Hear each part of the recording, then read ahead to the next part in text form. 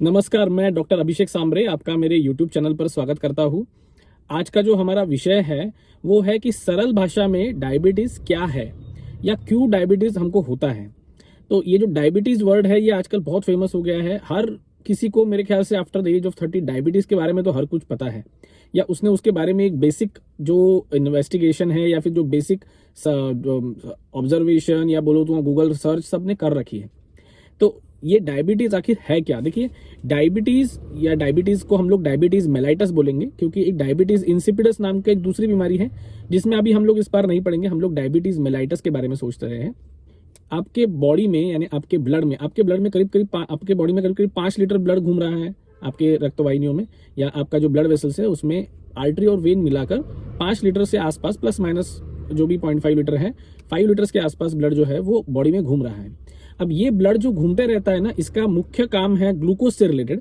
Oxygen पहुंचाना भी उसका एक काम है, लेकिन मुख्य जो काम है ग्लूकोज से रिलेटेड कि ग्लूकोज को बॉडी के हर पार्ट तक पहुंचाए। अच्छा, ग्लूकोज को ही क्यों पहुंचाए? क्योंकि ग्लूकोज जो है ना वो easiest form of energy supplier है, यानी ग्लूकोज से एनर्जी निकालना ये सबसे आसान है। बाकी कोई अदर जो भी आइटम्स से निकालने से आसान है। बेसिकली ग्लूकोज को यूज किया जाता है कि एनर्जी यानी एटीपी को निकालने के लिए।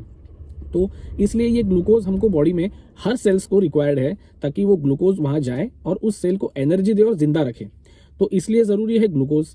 अब ये ग्लूकोज की जो सेल के अंदर एंट्री एग्जिट है वहां पे कुछ चैनल्स लगे हैं जहां से ग्लूकोज अंदर बाहर होता है। अब एक particular level of glucose blood में मेंटेन किया जाता है ताकि हर जो भी सेल्स है उनको प्रॉपरली ग्लूकोज एब्जॉर्ब करने में आसानी हो। तो ये मेंटेन करने के लिए 2 हार्मोन उसको आगे पीछे से खींचते हैं। जैसे कि एक ग्लूकागॉन नाम का हार्मोन है जो बॉडी में ग्लूकोज बढ़ाने का काम करता है। बॉडी में बोले तो ब्लड वेसल्स में, ब्लड के अंदर ग्लूकोज बढ़ाने का काम करता है ग्लूकागॉन। और एक इंसुलिन है जो ग्लूकोज को कम करने का काम करता है। तो ये दोनों का जो बैलेंस है ये मेंटेन करता है कि वो ग्लूकोज को एक पर्टिकुलर रेंज में फंसा के रखा जाए, जिसको हम लोग बोलेंगे कि नॉर्मल ब्लड शुगर लेवल की जो रेंज है, मोटा मोटी पकड़ लो कि वो रेंज है 80 से लेके तो 130 तक। अब ये 80 से लेके 130 तक के रेंज में शुगर मेंटेन रहते हैं हमारे ब्लड में बाय दीज 2 हार्मोन्स। अब क्या ये पूरे 100% सभी का परफेक्टली मेंटेन रहता है? ऐसा कुछ नहीं है। देखिए, जब भी आपको स्ट्रेस आएगा, जब आप खाना खा लोगे, जब आप कुछ भी ऐसी एक्टिविटी कर लोगे जिससे शुगर का मात्रा बढ़ जाए, तब टेम्पररी लेवल पे शुगर 200-250 के आसपास जाके फिर से वापस आ सकती है। लेकिन ये जो बढ़ती है ना शुगर टेम्पररी लेवल पे, ये बिल्कुल 1-2 घंटे के लिए बढ़ सकती है किसी कारणवश, किसी स्ट्रेस की वजह से, जिसको स्ट्रेस हाइपरग्लाइसीमिया बोलते हैं हम लोग। तो वो थोड़ी देर के लिए बढ़ के फिर से वापस नॉर्मल आ सकती है। वैसे ही शुगर कभी 80 के भी नीचे जा सकती है, बहुत देर तक आप भूखे रह गए या कुछ और कारणों से वो सडनली ड्रॉप होकर फिर से वापस आ जाएंगे। लेकिन मोटा मोटी वो 80 से 130 के रेंज में शुगर हमेशा ब्लड में आपकी बनी रहेंगी।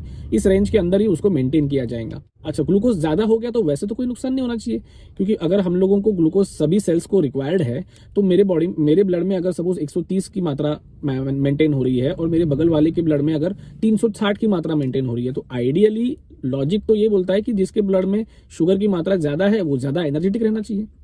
पर ऐसा तो होता नहीं है, उसको हम लोग अनहेल्दी बोलते हैं। ऐसा क्यों? तो ऐसा इसलिए क्योंकि जब शुगर की मात्रा एक लिमिट से ज्यादा हो जाती है ब्लड में, तो वो क्या शुरू करती है कि जहां जहां वो जा रही है शुगर, वहां के जो प्रोटीन्स है उन प्रोटीन्स को वो डीनेचर करना शुरू करती है। डीनेचर बोले तो जैसे आपने अंडे को देखा होगा, तो अंडा उबालने से पहले जैसा फ्लेक्सिबल उसके अंदर का लिक्विड था, वो उबालने के बाद पूरा कड़क हो जाता है। क्या आप उस कड़क हुए वाले अंडे को फिर से नॉर्मल अंडे में कन्वर्ट कर सकते हो? क्या नहीं, क्योंकि ये प्रोटीन डीनेचराइजेशन हो गया। वैसे ये जो ग्लूकोज है ना, ये हर प्रोटीन को जो भी जगह पे वो जा रहा है, जैसे अगर नसों में जा रहा है तो नसों के प्रोटीन को वो डीनेचर कर देगा, किडनी में जा रहा है तो किडनी के प्रोटीन्स को वो डीनेचर कर देगा। इस वजह से क्या होगा कि उस ऑर्गन में डिफेक्ट्स आना शुरू हो जाएंगे। ये बहुत ही स्लो प्रोसीजर है। ये कोई आपका ब्लड शुगर आज बढ़ गया तो तुरंत डीनेचराइजेशन शुरू होगा, ऐसा बिल्कुल नहीं है।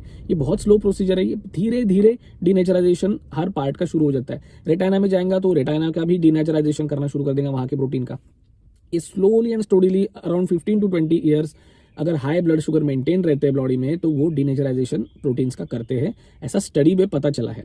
इसलिए हम लोगों का ये कहना है कि आप शुगर को सस्टेन लेवल पे मेंटेन कीजिए 150 से नीचे। अब कुछ लोगों का कहना है कि हमारी शुगर तो हमने परफेक्टली मेंटेन कर ली, फिर हमारे पैरों की जलन कम क्यों नहीं हो रही है, हमारे जो पैरों में जो नसें खराब हुई थी वो ठीक क्यों नहीं हो रही है? अरे वो कहाँ से ठीक होगी?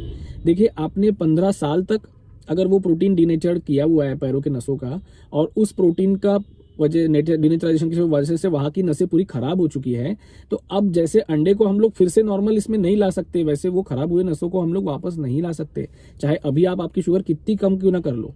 इसलिए हमेशा डायबिटीज़ के क्षेत्र में तुम्हारा जो भी है ना, वो ट्रीटमेंट से ज़्यादा तुमको पहले ही उसको कंट्रोल करना है। उसके कॉम्प्लिकेशन को ट्रीट करना इतना आसान नहीं है, डायबिटीज़ को कंट्रोल करना ज़्यादा ज़रूरी है। तो ये हम लोगों ने ये देख लिया कि इसको शुगर हाई रहने की वजह से उसको प्रॉब्लम क्या आते हैं, और हम लोग क्यों ऐसा नहीं बोल सकते कि हाई शुगर वाला बंदा एनर्जेटिक है। तो शुगर को जो है वो 130 और 80 के बीच में मेंटेन किया जा रहा है ग्लूकागॉन और इंसुलिन हार्मोन से।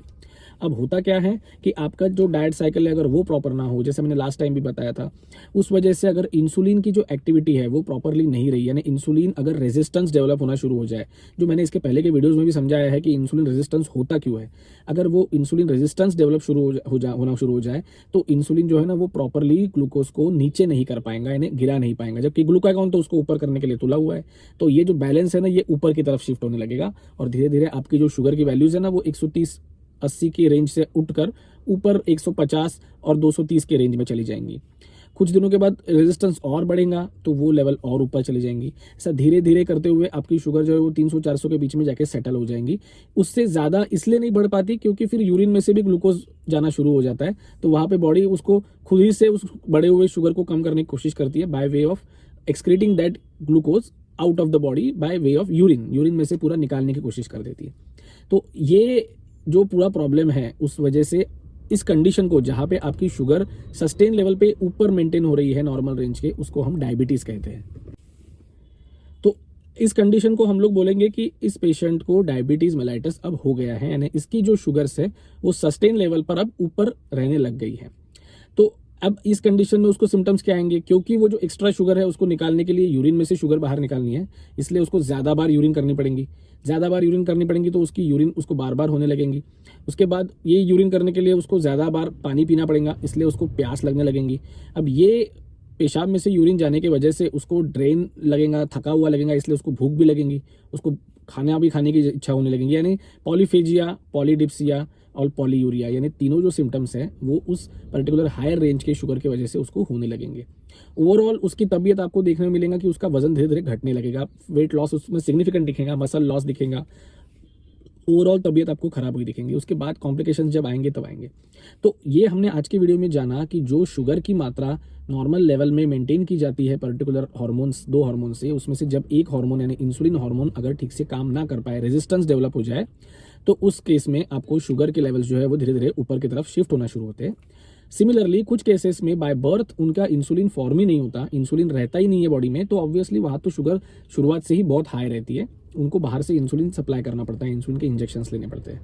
कुछ केसेस में पैनक्रियाज का कोई बीमारी हो गई जिस वजह से पैनक्रियाज को निकालना पड़ा या पैनक्रियाज पे ऑपरेट करना पड़ा, पैनक्रियाज खराब हो गए, उस वजह से भी इंसुलिन का प्रोडक्शन हैम्पर हो जाता है, तो उस वजह से भी उनका शुगर लेवल जो है वो धीरे धीरे बढ़ने लगता है। तो ये सारे कारणों से आपके ब्लड का शुगर लेवल बढ़ने लगता है, और ब्लड का शुगर लेवल बढ़ने के वजह से प्रोटीन डिनेचराइजेशन शुरू होता है डिफरेंट ऑर्गन्स में, और वो सारे ऑर्गन्स धीरे धीरे खराब होने लगते हैं। तो ये एक सिंपल मेरे आसान भाषा में डायबिटीज़ क्या है और उससे कैसे नुकसान होना शुरू होता है बॉडी को, इस बारे में मैंने इस वीडियो में बताया। आशा करता हूँ कि आपको ये वीडियो पसंद आया होगा। आप इस वीडियो को लाइक कीजिए, शेयर कीजिए, सब्सक्राइब कीजिए, और डायबिटीज़ के बारे में जागरूकता बढ़ाते रहिए। ये सबको पता होना जरूरी है कि डायबिटीज़ होता क्या है, क्यों होता है, और उससे क्या क्या नुकसान हो सकते हैं। जब ये चीज़ें पता होगी ना, तभी लोगों में ये सीरियसनेस डेवलप होगा कि डायबिटीज़ को कंट्रोल करना भी जरूरी है। तो इसी नोट पर हम लोग एक बार फिर मिलेंगे एक नए वीडियो के साथ। धन्यवाद।